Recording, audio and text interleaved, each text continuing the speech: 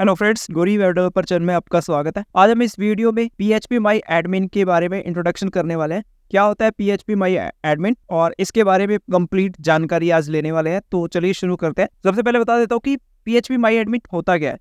PHP माई admin एक software है जो MySQL डेटाबेस को कंट्रोल करने के लिए यूजर इंटरफेस प्रोवाइड करवाता है। और अब बात करते हैं MySQL क्या है।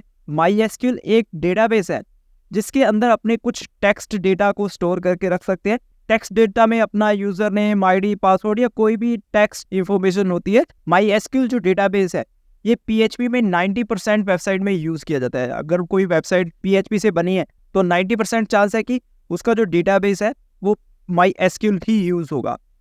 बहुत ही पॉपुलर डेटाबेस है MySQL। इस डेटाबेस में अलग अलग टेबल्स बनाई जा सकती है। टेबल्स के अंदर अलग अलग कॉलम और उन कॉलम के अंदर अपने डेटा को मैनेज कर सकते हैं। ये जो स्क्रीन पर आपको इंटरफेस दिख रहा है ये MySQL का ऑफिशियल वेबसाइट है जहाँ से अपने MySQL को डाउनलोड कर सकते हैं। अगर आपको MySQL के साथ वर्क करना है तो आपके कंप्यूटर में MySQL इंस्टॉल होना कंपलसरी है। इसके बिना आप इसके साथ वर्क नहीं कर पाओगे। तो अपने केस में क्या है, अपने XAMPP को इंस्टॉल कर रखा है। XAMPP में अपने ऑटोमेटिकली एक ऑप्शन मिलता है इनबिल्ट जिससे अपने MySQL सर्वर को स्टार्ट और स्टॉप कर सकते हैं। तो इसका मतलब जब अपनों ने XAMPP को इंस्टॉल किया तो उस पैकेज में MySQL को भी इंस्टॉल कर रखा है। तो अपने क्या है, अपाचे सर्वर के साथ साथ MySQL को भी रन करेंगे। तो मैं यहाँ से स्टार्ट करता हूँ और अपाचे को भी स्टार्ट कर देता हूँ। तो आपको क्या करना है, XAMPP में इन दोनों ऑप्शंस को स्टार्ट कर देना है जिससे क्या है अपाचे और MySQL दोनों रन होने लगेगा।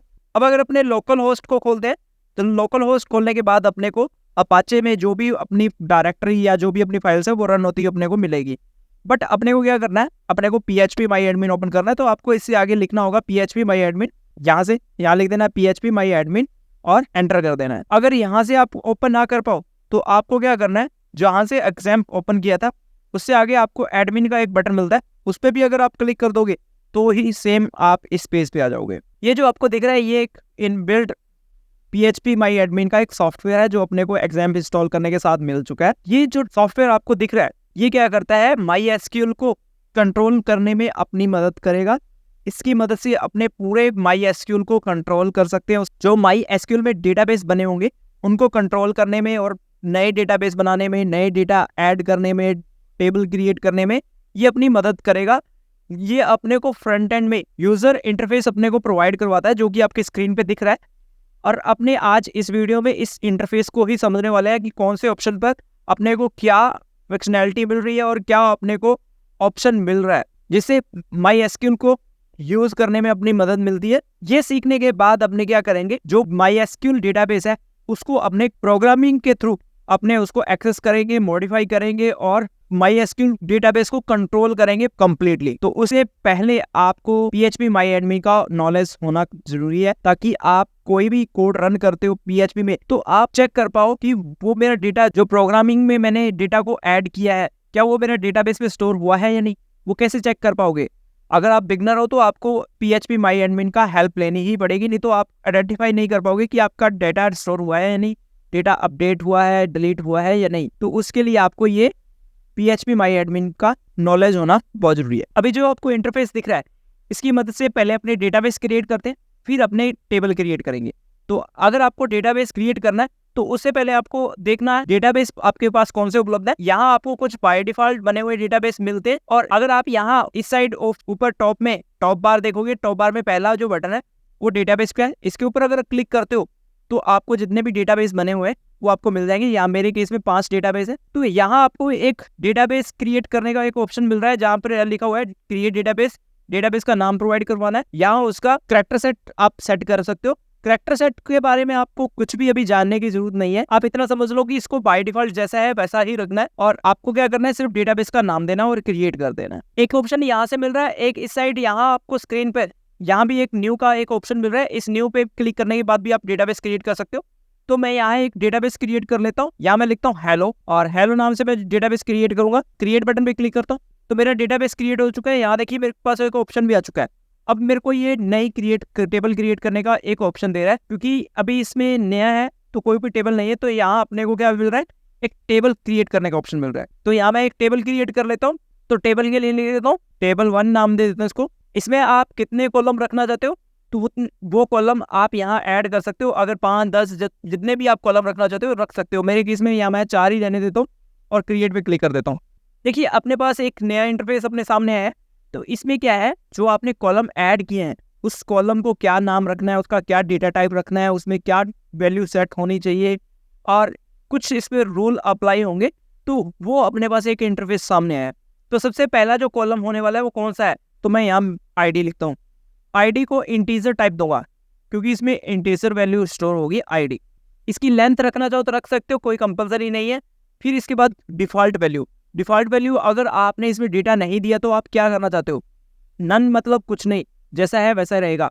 अगर आप इसमें एज डिफाइन कर दोगे तो यहाँ आप लिख सकते हो कि अगर आपने कोई भी डेटा इसके अंदर स्टोर नहीं किया इस फील्ड के अंदर तो कौन सा डेटा ऑटोमेटिकली स्टोर कर दीजिएगा, तो वो यहाँ लिख सकते हो। फिर आता है नल, अगर आपने इसके अंदर डेटा स्टोर नहीं किया तो एक इसको नल बना देगा, उसके अंदर आपको NULL ऐसा लिखा हुआ मिलेगा। तो अपने इसको नन कर देते हैं। और इसके बाद कलेक्शन में भी आपका सेम वही, आपको कैरेक्टर सेट ऑप्शन मिलता है, कुछ इसके एट्रीब्यूट मिलते हैं। इसके बाद अपने को इंडेक्स मिल रहा है।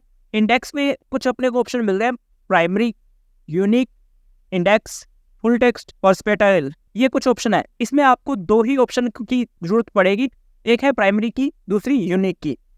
प्राइमरी की आपको हमेशा जो आपका आईडी नंबर या जो भी आपकी यूनिक आईडी रहने वाली है, जैसे मेरे केस में मैं एक आईडी का कॉलम बना रहा हूँ, जो हर की एक यूनिक आईडी रहेगी, वो किसी की भी डुप्लीकेट नहीं होनी चाहिए और उसको मैं प्राइमरी की बना सकता हूँ, ताकि जो भी डेटा स्टोर है होगा उसको मैं अगर एक्सेस करूँगा तो मैं इन आईडी से एक्सेस कर पाऊँगा। तो मैं इस पर प्राइमरी रूल लगा देता हूँ। प्राइमरी रूल क्या कहता है कि ना ही इसको डुप्लीकेट किया जा सकता है और ना ही इसे ब्लैंक छोड़ा जा सकता है। तो मैं ये अप्लाई कर देता हूँ प्राइमरी की। तो अभी मेरे को एक्सेस देगा, तो मैं यहाँ एक्सेस के लिए मैं इसको गो कर देता हूँ, तो ये प्राइमरी की अलाउ होगी। फिर यहाँ A_I लिखा हो, इसका मतलब है ऑटो इंक्रीज। मैं इसको ऑटो इंक्रीज भी कर देता हूँ। इसका मतलब है कि आईडी नंबर जैसे नया रिकॉर्ड ऐड होगा मैं इसको फिल नहीं करूँगा, ऑटोमेटिकली इंक्रीज होता रहेगा। पहले रिकॉर्ड के लिए 1, दूसरे के लिए 2, तीसरे के लिए 3, ऐसा हर बार इंक्रीज होती रहेगी इसके अंदर आईडी। फिर यहाँ मैं लिख देता हूँ नेम, फिर यहाँ लिख देता हूँ F नेम और यहाँ लिख देता हूँ M नेम। ये मैंने कुछ कॉलम बना लिए हैं। इसका जो टाइप है वो आप वेरकेयर भी रख सकते हो, मतलब वेरिएबल टाइप भी रख सकते हो। इसमें वेरिएबल में आपको इसकी लेंथ बतानी होती है कि इसमें कोई भी डेटा आ सकता है और उसकी क्या लेंथ होने वाली है। तो अपने यहाँ वेरकेयर लिख देते हैं और यहाँ लिख देता हूँ 50 और इसको मैं टेक्स्ट बना के दिखाता हूँ। तो इसकी लेंथ भी मैं दे देता हूँ 50 और इसको मैं दे देता हूँ वापस वेरकेयर और 50। तो आप ऐसे दे सकते हो। इसमें सिर्फ टेक्स्ट डेटा आएगा, वेरकेयर में कोई भी डेटा आ सकता है। दोनों में आपस में सिमिलरिटी है, दोनों में आप कोई भी यूज़ कर सकते हो, बट ये एक टेक्स्ट फॉर्मेट के लिए आ गया, ये इंटीजर के लिए आ गया, तो ये वेरकेयर है। इसमें अभी डिफाइन नहीं है कौन सा डेटा भी आ सकता है, पर उसकी लिमिट आप उन्होंने सेट कर दी कि 50 कैरेक्टर की आएंगे। डिफ़ॉल्ट वैल्यू कुछ नहीं सेट करने वाला, नल वगैरह प्राइमरी की एक पर ही लागू हो सकती है, बस इतना करना है। फिर नीचे देखो सेव का ऑप्शन मिल रहा है आपको, इस सेव वाला बटन पे क्लिक कर देना है। अब यहाँ देखिए आपने वापस अपने बैक चलते हैं। वापस बैक जाने के लिए आपको देखो एक सर्वर ऑप्शन मिल रहा है, फिर एक डेटाबेस एलो, फिर टेबल, ये अपने को एक नेविगेशन मिल रहा है। अपने क्या करते हैं वापस सर्वर पे क्लिक करते हैं, तो यहाँ देखिए डेटाबेस का ऑप्शन मिल रहा है। अब अपने अगर हेलो में चलते हैं तो यहाँ देखिए वापस सेम ऑप्शन पे आ रहे हैं। अपने को अभी क्रिएट का ऑप्शन नहीं मिल रहा क्योंकि डायरेक्ट अपनी एक टेबल बनी हुई है। यहाँ लेफ्ट साइड में भी अपने को एक ऑप्शन मिल रहा है जिसमें एक न्यू टेबल का, और जो टेबल अपने टेबल 1 क्रिएट किए तो वो अपने को दिखाई दे रही है। एक डेटाबेस के बाद अब टेबल के अंदर चलते हैं। तो मैं यहाँ जैसे ही टेबल पे क्लिक करता हूँ तो अपने बाय डिफ़ॉल्ट कहाँ आ गए, ब्राउज में। तो यहाँ देखिए नेविगेशन बार चेंज हो रही है।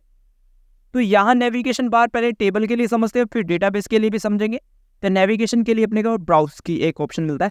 इसमें आपका जो भी डेटा स्टोर होगा वो आपको यहाँ दिखा दिया जाएगा। आईडी नंबर में 1 है, नेम में राम है, फादर नेम में कुछ भी जो भी डेटा होगा, जितने भी डेटा होंगे सारे इस ब्राउज वाले ऑप्शन पे आपको क्लिक करने के बाद यहाँ दिखा दिए जाएंगे।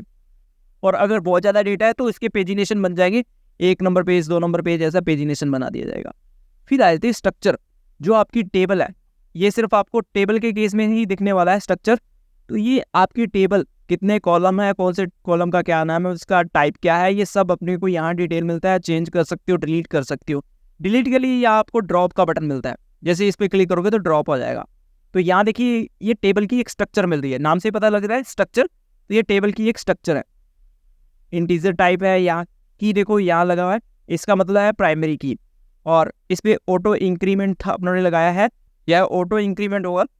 इसके बाद इसमें और कॉलम ऐड करना है तो यहाँ से मैं कर सकता हूँ, मैं यहाँ करके भी दिखा देता हूँ कॉलम ऐड। तो मैं यहाँ 1 के कितने कॉलम ऐड करने हैं वो आपको यहाँ बताना है, किसके बाद ऐड करना है वो आपको ऑप्शन यहाँ मिल रहा है। तो मैं टेबल की स्टार्टिंग में भी कर सकता हूँ और लास्ट में भी कर सकता हूँ। तो मैं यहाँ लिखता हूँ आफ्टर एम नेम, तो मैं यहाँ गो करता हूँ तो सेम अपने को इंटरफेस मिलेगा। यहाँ मैं कुछ भी टाइप कर सकता हूँ, मैं यहाँ लिख देता हूँ मोब, और इसका टाइप मैं कर देता हूँ varchar 50 और सेव कर देता हूँ। अभी देखिए स्ट्रक्चर पे वापस चलते, तो यार देखिए स्ट्रक्चर में अपने को वो सेम फॉर्मेट मिल रहा है। अब कॉलम अपने 5 हो चुके हैं। तो अब अपने को इसके बाद मिलता है एसक्यूएल। एसक्यूएल में अपने कुछ कमांड्स लगती है, कुछ क्वेरी लगती है, अपने कह सकते हैं कि इनकी मदद से आप पूरे माई एसक्यूएल को कंट्रोल करते हो। जो आपकी इंटरफेस दिख रहा है उसके बैकग्राउंड में भी ये जो क्वेरी है आपकी ये रन कर रही होती है। ये माई एसक्यूएल की क्वेरी है। हर एक कमांड के लिए एक क्वेरी चलेगी, वो क्वेरी जो होगी वो ऑटोमेटिकली ही डेटा में वो चेंजेस करेंगी। डायरेक्टली अपने किसी भी बटन पे क्लिक करके, जैसे मैंने कुछ भी कॉलम बनाया, कोई टेबल बनाई, तो उसके बैकग्राउंड में ऐसी कुछ क्वेरीज रन हो रही है। इन क्वेरी को अपने बाद में देखते हैं, इससे आगे चलते हैं। तो यहाँ एक सर्च का ऑप्शन मिलता है जिससे अपने डेटा सर्च कर सकते हैं। अपने सर्च करने से पहले अपने डेटा इंसर्ट करते हैं, तो यहाँ आगे इंसर्ट का एक ऑप्शन मिल रहा है, तो मैं इस पर क्लिक करता हूँ। तो यहाँ मैं डेटा ऐड करता हूँ। मैं पहला लिखता हूँ राम, मैं यहाँ आईडी को ब्लैंक छोड़ रहा हूँ क्योंकि ऑटो इंक्रीमेंट है। फादर नेम में लिख देता हूँ रामा, ऐसा ही कुछ मैं मदर नेम के लिए लिख देता हूँ, रैंडमली कुछ भी डाटा लिख देता हूँ मैं। और इसके बाद मैं मोबाइल नंबर इसके ऐड कर देता हूँ कुछ भी। नीचे देखिए, और नीचे जाते तो अपने को सेकंड रिकॉर्ड के लिए भी ऑप्शन मिल रहा है, तो मैं 2 रिकॉर्ड ऐड कर लेता हूँ। पहले वन को सेव कर देते।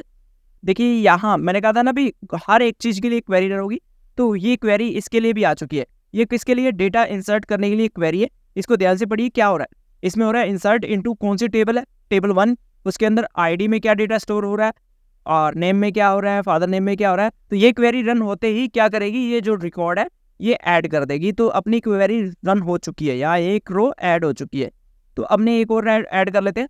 तो यहाँ लिखता हूँ मैं, और यहाँ लिखता हूँ मोहन, मदर नेम में कुछ भी लिख देते हैं, मोबाइल नंबर ऐड करता हूँ, गो कर देता हूँ, ये डेटा ऐड हो चुका है। अगर मैं यहाँ से कुछ चेंजेस करता हूँ, जैसे कि मैं यहाँ लिख देता हूँ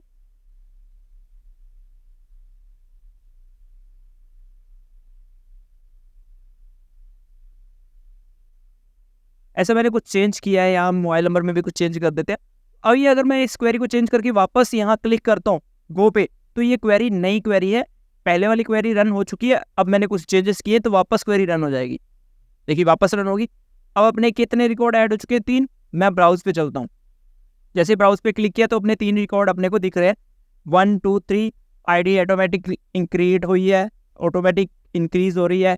अब अपने क्या कर सकते हैं, इसमें से डेटा सर्च कर सकते हैं। तो उसके लिए अपने पास सर्च का ऑप्शन मिल रहा है, तो मैं यहाँ राम लिख के सर्च करता हूँ। तो यहाँ देखिए आईडी नंबर से अगर सर्च करना है तो मैं यहाँ 1 लिखता हूँ और गो कर देता हूँ। तो यहाँ देखिए 1 का रिकॉर्ड मिल रहा है। वापस सर्च पे क्लिक करते हैं। अगर मेरे को किसी के नाम से सर्च करना है, जैसे नाम, तो मैं यहाँ राम लिख देता हूँ, गो कर देता हूँ। तो ये देखिए वो रिकॉर्ड मिल रहा है। किसी के मोबाइल नंबर से या किसी भी डेटा से अपने को करना है तो यहाँ से अपने डेटा सर्च कर सकते हैं। इंसर्ट का अपनों ने देख लिया। फिर अपने पास एक्सपोर्ट इंपोर्ट का ऑप्शन होता है। ये डेटाबेस का जो भी बैकअप आपने बनाना चाहते हो, बैकअप बनाने के लिए, और बैकअप बना हुआ वापस इंपोर्ट करने के लिए, तो अपने को ये कुछ ऑप्शन अपने को प्रोवाइड किए गए हैं। फिर अपने को प्रिविलेजेस का एक ऑप्शन मिलता है। इससे अपने को क्या है, अपने डेटाबेस में कुछ परमिशन अलाउ कर सकते हैं कि इस डेटाबेस या इस यूज़र के लिए क्या वो डिलीट कर सकता है डेटा, क्या वो क्रिएट कर सकता है, अपडेट कर सकता है, ये कुछ अपने परमिशन अलाउ करते हैं। तो वो ऑप्शन यहाँ आपको इनेबल नहीं कर सकते, उसके लिए आपको बैक चलना होगा डेटाबेस के लिए। मैं पहले इस स्टेप को कंप्लीट करता हूँ और उसके बाद अपने बैक चलेंगे। और अब देखिए यहाँ अपने को और भी ऑप्शन मिल रहे हैं। यहाँ ऑपरेशन का एक ऑप्शन मिल रहा है। इसमें आप क्या कर सकते हो, अभी अपने टेबल के अंदर है तो टेबल में अपने कुछ ऑपरेशन परफॉर्म कर सकते हैं। तो ये कि आपने यहाँ से टेबल का नाम चेंज कर सकते हो। कोई भी नाम अगर चेंज करना है, करने के बाद यहाँ आप गो कर दोगे तो वो टेबल का नेम चेंज हो जाएगा। डेटाबेस का जो इंजन है वो चेंज कर सकते हो, जैसे InnoDB अपना अभी इंजन है वो चेंज कर सकते हो। उसके बाद इंक्रीमेंट कितना है, कितने से स्टार्ट करना है वो चेंज कर सकते हो। जैसे मैं अभी इंक्रीमेंट मेरा चल रहा है 4 पे चल रहा है कि नेक्स्ट जो रिकॉर्ड है वो 4 ऐड होगा। तो मैं यहाँ इसको 4000 पे अगर सेट कर दूंगा तो मेरा नेक्स्ट जो रिकॉर्ड होगा यहाँ 4000 से स्टार्ट किया जाएगा। और इसके बाद अपना आता है डेटाबेस में टेबल जो बना रखी है उसकी कॉपी करनी हो, ओनली स्ट्रक्चर की कॉपी करनी है और स्ट्रक्चर और डेटा दोनों की कॉपी करनी है या डेटा की कॉपी करनी है, और जो टेबल बना रहे हो बनाने के बाद नहीं जो बनाए हैं वो पहले वाली डिलीट करनी है या नहीं, ऑटो इंक्रीमेंट वैल्यू उसमें जानी चाहिए या नहीं जानी चाहिए, और ऐसा ही कुछ अपने को ऑप्शन मिल रहे हैं। अब अपने क्या करते हैं, इससे एक टेबल नई क्रिएट कर लेते हैं जो अपने डेटाबेस है हेलो। कौन सी टेबल क्रिएट करते हैं, अपने क्रिएट करते हैं इसके अंदर टेस्ट नाम की, और मैं जैसे ही गो करता हूँ तो मेरी एक टेबल क्रिएट हो जाएगी। तो अभी यहाँ मैं इसको क्या करता हूँ, कैंसिल करता हूँ, रिफ्रेश करता हूँ, तो यहाँ देखिए टेस्ट टेबल क्रिएट हो चुकी है। तो यहाँ अपने को कुछ टेबल मेंटेनेंस के लिए भी ऑप्शन मिलते हैं, डेटा एनालाइज कर सकते हैं, टेबल को चेक कर सकते हैं, इसका चेक सम कर सकते हैं, और डिफ्रैगमेंट कर सकते हैं, फ्लश कर सकते हैं, टेबल को ऑप्टिमाइज कर सकते हैं। तो ये कुछ रूल्स को चेंज करने के बाद फ्लश कर सकते हैं, या टेबल में बहुत ज़्यादा रिकॉर्ड है और बीच बीच में स्पेस है या आपका स्टोरेज बहुत ज़्यादा हो रहा है तो आप उसको ऑप्टिमाइज और डिफ्रैगमेंट कर सकते हो। और टेबल को अगर आपने खाली करना है या एम्प्टी करना है तो यहाँ आपको ऑप्शन मिल रहे हैं टेबल को एम्प्टी करने के लिए, टेबल को ड्रॉप करना या डिलीट करने का भी आपको यहाँ ऑप्शन मिल रहा है, ये अपने को ऑपरेशंस के अंदर मिलेगी। फिर अपने पास एक ऑप्शन आता है ट्रिगर का, ये अपने के काम का आ सकता है। इसके अंदर अपने नया कुछ ट्रिगर बना सकते हैं। ट्रिगर बना के क्या करेगा, जैसे ही डेटा ऐड होगा अपने को क्या एक्शन परफॉर्म करना है। जैसे मैं ट्रिगर का नाम देता हूँ नेम, और यहाँ कौन से टेबल पे लगा रहे हो और टाइमिंग क्या है, बिफोर या आफ्टर, मतलब पहले करना है या बाद में, तो मैं बिफोर कर रहा हूँ। इंसर्ट होने से पहले मैं यहाँ एक्शन बना देता हूँ, या आपने कह सकते हैं कि एक डेफिनेशन बना देता हूँ। मैं कह रहा हूँ कि सेट करो इसको, जो अपना नेम आ रहा है, मैं न्यू जो नेम आ रहा है, न्यू डॉट नेम जो आ रहा है उसको आप कर दो अपर केस में। तो मैं लिखता हूँ अपर, और इसके अंदर मैं न्यू डॉट नेम, इसको मैंने एक ट्रिगर ऐड कर दिया है। जैसे ही अपना कोई डेटा ऐड होगा तो ये ट्रिगर होगा, और ट्रिगर में अपने ने एक रूल बनाया है कि जो नेम है वो ऑटोमेटिकली अपर केस में कन्वर्ट हो जाए। आपको ट्रिगर में जो भी कोड मैंने अप्लाई किया है, अगर उसमें कोई भी कंफ्यूजन रहती है तो आपको डरने वाली कोई बात नहीं है, क्योंकि वो आपके इतना काम आने वाली चीज़ नहीं है। जैसे ही आपको PHP माई एडमिन की नॉलेज हो जाएगी तो आपको इन बातों का भी पता चल जाएगा कि इस प्रकार अपने ट्रिगर कर सकते हैं। और वैसे भी अपने को 1% चांस है कि आपको ट्रिगर करने की आवश्यकता पड़ेगी किसी डेटाबेस में। तो अभी अपने जो ट्रिगर लगाया है उसको यूज़ करके देखते हैं। तो मैं एक ऐड करता हूँ रिकॉर्ड, तो मैं लोअर केस में कुछ लिखता हूँ, तो लोअर केस में लिखने के लिए मैं लिखता हूँ और राहुल, और यहाँ कुछ नेम ऐड कर देते हैं, रैंडमली कुछ भी डेटा ऐड कर देते हैं और गो करता हूँ। अब अपने क्या चलते हैं ब्राउज में और चलते हैं। यहाँ देखिए राहुल जो है वो मेरा अपर केस में स्टोर हुआ है, क्योंकि मैंने रूल अप्लाई कर दिया था अपर केस में ऐड करने का, तो ये अपर केस में अपना ऐड हो चुका है। अब अपनों ने जो एक टेबल और बनाई थी टेस्ट, उस पर भी अपन क्लिक करके देखते हैं। तो यहाँ देखिए इसमें भी डेटा अपने को मिल रहा है। तो इस प्रकार अपने डेटा को कॉपी भी कर सकते हैं।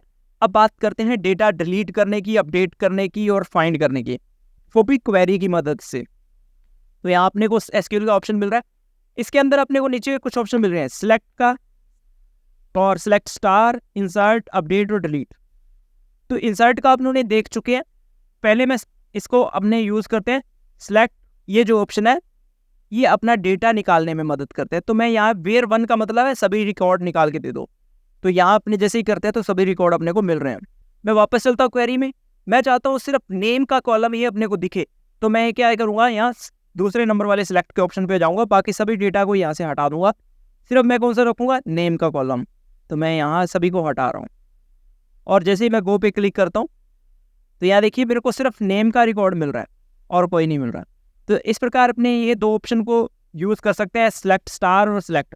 सिलेक्ट में आप कोई भी कॉलम का नाम देके अपने उसका डेटा निकाल सकते हो। इंसर्ट जैसे ही करोगे तो यहाँ अपने को ये जो क्वेरी है ये सेम रखनी है, वैल्यू में अपने उसको वैल्यू प्रोवाइड करवा दी है, वो डेटा ऐड कर दिया जाएगा। तो मैं कुछ डेटा प्रोवाइड करवा देता हूँ यहाँ।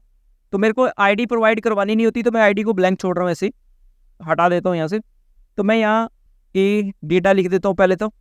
पहले मैं A दे देता हूँ कॉलम में, दूसरे में B डेटा दे देता हूँ, तीसरे में C दे देता हूँ, और उसके बाद अपने कुछ भी नंबर दे सकते हैं। तो मैं ये नंबर ऐड करता हूँ, और जैसे ही गो पे क्लिक करता हूँ तो ये मेरी क्वेरी, यहाँ एक स्ट्रिंग कोटेशन मिसिंग था, तो अभी अपने चेक करते हैं और गो पे क्लिक करता हूँ तो ये क्वेरी रन हो चुकी है। अगर अपने ब्राउज पे जाके देखते तो ये डेटा ऐड हो गया होगा। तो यहाँ देखिए अपना 4 नंबर रिकॉर्ड है, ये ऐड हो चुका है। ये अपनों कौन सी टेबल में कर रहे हैं, टेस्ट वाली टेबल में कर रहे हैं। अब अपने डेटा अपडेट करके देखते हैं। तो मैं यहाँ डेटा अपडेट करने के लिए मैं अपडेट क्वेरी पे क्लिक करता हूँ यहाँ। तो मेरी एक क्वेरी ऐड हो चुकी है। इसमें मैं किस किस डेटा को अपडेट करना चाहता हूँ वो डेटा रखूँगा, बाकी रिमूव कर देता हूँ। जैसे मैं आईडी नंबर चेंज नहीं करने वाला, तो मैं आईडी को यहाँ से रिमूव कर देता हूँ। नेम मैं चेंज कर दूंगा, एफ नेम मैं चेंज कर दूंगा। मोबाइल नंबर मैं चेंज करने वाला नहीं हूँ, तो वो रिमूव कर देता हूँ। और मदर नेम को भी मैं चेंज करने वाला नहीं हूँ, एम नेम को। तो ये 2 डेटा को चेंज करने वाला हूँ। तो यहाँ जो ये ब्रैकेट्स लगे हुए हैं इनको हटा देना है। और यहाँ मैं लिख देता हूँ ABB, और यहाँ लिख देता हूँ ACC। और ये किसका चेंज करना है, यहाँ आपको कुछ भी चेंजेस करते हो, ये जो PHP माई एडमिन है इसमें एक चीज़ आपको विशेष ध्यान रखनी है। कुछ भी आप कर रहे हो तो आपको पूरा फोकस करना है इस पे। एक मिस्टेक आपके पूरे रिकॉर्ड, पूरे डेटाबेस को खराब कर सकती है।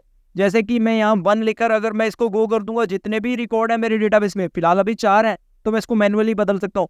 ऐसे ही अगर 10,000, 15,000, 1 लाख रिकॉर्ड हुए और आपने ऐसा कुछ गलत क्वेरी चला दी, तो सारा का सारा डेटा आपका खराब हो जाएगा, सारा डेटा आपको लॉस हो जाएगा। तो आपको इस चीज़ का विशेष ध्यान रखना है कि क्वेरी क्या चला रहे हो, किस पे, कौन से बटन पे क्लिक कर रहे हो। आपका यहाँ डाटा जो है वो सेंसिटिव डेटा होता है, और आपका ये जो डेटा है यहाँ वेबसाइट का मेन डेटा रखा जाता है। पूरा जो एक्सेस होता है, उसका आईडी, उसका पासवर्ड, उसमें user details, personal details website की, ये सारा डेटा डेटाबेस में ही स्टोर किया जाता है। तो यहाँ अभी मैं अपने केस में क्या करता हूँ, मैं एक ही आईडी नंबर, जिसका आईडी नंबर =4 है, तो उसका रिकॉर्ड चेंज करना चाहता हूँ। तो मैं लिखता हूँ वेयर ID = 4। तो मैं गो कर देता हूँ। अभी मैं जाके चेक करता हूँ, ब्राउज पे क्लिक करता हूँ, तो यहाँ देखिए 4 नंबर वाले का सिर्फ डेटा हुआ है। अगर मैं ऐसा नहीं करता और मैं क्वेरी रन कर देता, वो भी अपने चेक कर लेते हैं। तो मैं यहाँ वापस चलता हूँ SQL पे, अपडेट पे क्लिक करता हूँ, और मैं सभी डेटा को हटा देता हूँ, सिर्फ नेम वाला रखूँगा। और नेम वाले में क्या कर देता हूँ, मैं चेंज कर देता हूँ। तो मैं यहाँ लिख देता हूँ ABCD, और इसको मैं वेयर 1 करके या रन कर देता हूँ क्वेरी को। अभी चेक करते हैं, स्ट्रक्चर पे चलता हूँ या ब्राउज पे चलता हूँ। तो यहाँ देखिए सभी का नेम ABCD हो चुका है। यहाँ 10,000, 15,000 जितने भी रिकॉर्ड होते सभी का नाम चेंज कर दिया जाता है, और आपको बाद में पता ही नहीं चलता भी किसका क्या नाम था, और ना ही आप इसको बैक कर सकते हो। ये जो क्वेरी है रन हो गई तो हो गई, इसके बाद आप इस डेटा को बैक नहीं कर सकते। आपको इसका बैकअप अगर आपके पास पहले से प्रोवाइड है तो आप उसको रख सकते हो। अब बैकअप कैसे बनाना है, अगर आपको एक टेबल का बैकअप बनाना है तो आप टेबल के अंदर आ जाओगे। कैसे, मैं यहाँ डेटाबेस पे जाता हूँ, टेबल पे जाता हूँ। जैसे मैं एक टेबल बना रखी है टेबल 1, और उस पर आ गया।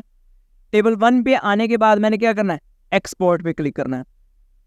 जैसे ही एक्सपोर्ट पे क्लिक करूँगा तो आपको कुछ ऐसा इंटरफेस मिलेगा। तो इसमें आप बैकअप ले सकते हो। टेबल का नाम नया कौन सा क्रिएट करना है, टेम्पलेट, तो आपको कुछ नहीं करना, कुछ चेंजेस नहीं करना, डायरेक्ट यहाँ आपको एक्सपोर्ट पे क्लिक कर देना है।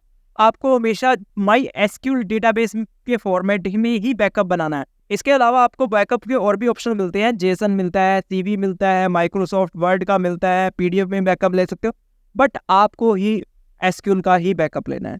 ये मैं आपको रिकमेंडेशंस देता हूँ। फिर यहाँ एक्सपोर्ट पे क्लिक कर देना।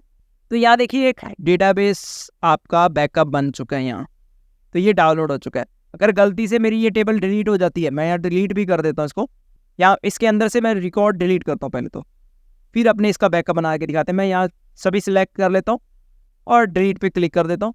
तो मेरे मान लो कि गलती से ये डेटा डिलीट हो चुके हैं। अब मेरे को क्या करना है, इंपोर्ट पे जाना है। यहाँ एक्सपोर्ट के साथ ही इंपोर्ट का ऑप्शन है, या चूज फाइल का ऑप्शन मिल रहा है। यहाँ से मैं फाइल चूज कर लेता हूँ जो मैंने अभी डाउनलोड की है, और अभी मैं क्या कर दूंगा, नीचे चलता हूँ, इंपोर्ट के बटन पे क्लिक कर देता हूँ। तो अभी क्या हुआ, ये मेरी क्वेरी रन हुई, बट ये कह रहा है कि इस डेटाबेस में ये टेबल ऑलरेडी एक्सिस्ट है। तो अपने यहाँ ब्राउज पे क्लिक करते हैं और इस टेबल को भी डिलीट करते हैं, क्योंकि अपनों ने टेबल का बैकअप लिया हुआ है, टेबल इसमें ऑलरेडी है। तो मैं यहाँ क्या कर देता हूँ, टेबल 1 को डिलीट कर देता हूँ। वापस इंपोर्ट पे चलते हैं और चूज करता हूँ फाइल को,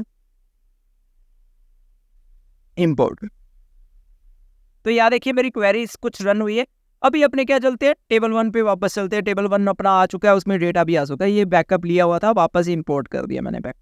अपने टेबल का बैकअप ले सकते हो, डेटाबेस का बैकअप ले सकते हो, रिकॉर्ड भी आपने कोई भी जैसे रिकॉर्ड है, आपके पास 50 रिकॉर्ड है, आप उसमें से 25 रिकॉर्ड का ही बैकअप लेना चाहते हो तो वो भी ले सकते हो। तो ये आपने को कुछ ऑप्शन मिलते हैं, आपने देख लिए ब्राउज में क्या होता है, स्ट्रक्चर में क्या होता है, एसक्यूएल में अपने किस प्रकार क्वेरी रन करते हैं, ये अपने देख लिया। अगर डिलीट की क्वेरी है तो यहाँ डिलीट पे क्लिक करो, वेयर 0 लिखा हुआ है तो इसको 1 में क्रिएट करके जैसे गो करोगे सारे डेटा डिलीट हो जाएंगे। तो यहाँ इस लेफ्ट साइड अपने को ऑप्शन मिल रहा है कौन से कॉलम्स का नाम देना है, तो यहाँ मैं वेयर आईडी दे देता हूँ, वेयर आईडी इक्वल 4 और गो कर देता हूँ। ओके, तो यहाँ अभी जो अपना है 4 नंबर आईडी का रिकॉर्ड डिलीट हो चुका होगा। मैं जाके चेक करता हूँ तो यहाँ अपने पास 4 नंबर रिकॉर्ड नहीं है। तो यह एसक्यूएल था, सर्च करने का ऑप्शन अपने ने देख लिया, इंसर्ट करने का, एक्सपोर्ट का, इंपोर्ट का, और प्रिविलेजेस अपनों ने देख लिया है। अपने और भी देखते हैं इसको, और अपने ने ऑपरेशंस देख लिए थे। ऑपरेशन में अपने को क्या मिला था, टेबल का नाम चेंज करना और एक टेबल का कॉपी करना, टेबल कॉपी का ऑप्शन था। और मेंटेनेंस के लिए अपने को कुछ ऑप्शन मिल रहे हैं, टेबल को यहाँ से एम्प्टी कर सकते हो और टेबल को रिमूव कर सकते हो। और अपने ने यहाँ एक ट्रिगर बनाया था। तो अभी अपने बात करते हैं इसमें से सबसे ज़्यादा इंपॉर्टेंट क्या है। एक browser option, structure, SQL, search, insert, import, export, बस ये आपके यहाँ तक ही आपके इम्पोर्टेंट है। इसके बाद के आपका कोई भी अभी के लेवल पर कोई भी काम आने वाला नहीं है। बहुत ज़्यादा एडवांस जाने के बाद आपको इन ऑप्शन का मौका मिलेगा कभी यूज़ करने का, बट नॉर्मल आपको नहीं यूज़ करना। आप ऐसा कह सकते हो कि आपने 1000 काम किए, 1000 में सिर्फ 1 या 2 ही काम में ये आने वाले हैं। और अब बात करते हैं डेटाबेस पे, तो मैं यहाँ बैक आ जाता हूँ। यहाँ ऊपर जो अपने को नेविगेशन मिल रहा है इस पर डेटाबेस पे क्लिक करता हूँ, तो ये डेटाबेस में अपने को कुछ ऑप्शन मिलता है। यहाँ क्वेरी का मिल रहा है, सर्च का मिल रहा है, ये सेम ही ऑप्शन आ रहे हैं।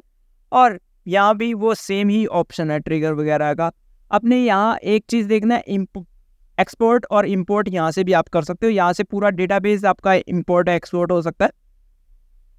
तो यहाँ कस्टमाइज पे अगर क्लिक करते हो क्विक पे, तो आपको ऑप्शन मिल जाता है कौन से टेबल का निकालना है। अगर मैंने यहाँ टेबल के अंदर जाके एक्सपोर्ट करता हूँ तो वहाँ आपको डेटा सेलेक्ट करने का ऑप्शन मिलता है। यहाँ मेरे को किससे मिल रहा है, कौन सी टेबल का एक्सपोर्ट मारना है, तो वो अपने एक्सपोर्ट कर सकते हो। तो ये अपने को कुछ ऑप्शन मिलते हैं। और इसके बाद मैं और बैक आता हूँ तो यहाँ सर्वर पे है।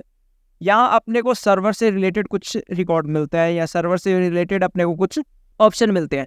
तो ये जो सर्वर है ये अपना माई एसक्यूएल का सर्वर है। इसमें अपने एक एसक्यूएल रन कर सकते हो, डेटाबेस देख सकते हो कि कौन कौन से हैं, यहाँ से डेटाबेस रिमूव कर सकते हो। और इसके बाद स्टेटस देख सकते हो कि कितना आपका डेटा सेंड हुआ, रिसीव हुआ, वो आप यहाँ से देख सकते हो। इसके बाद अपने पास आता है यूज़र अकाउंट।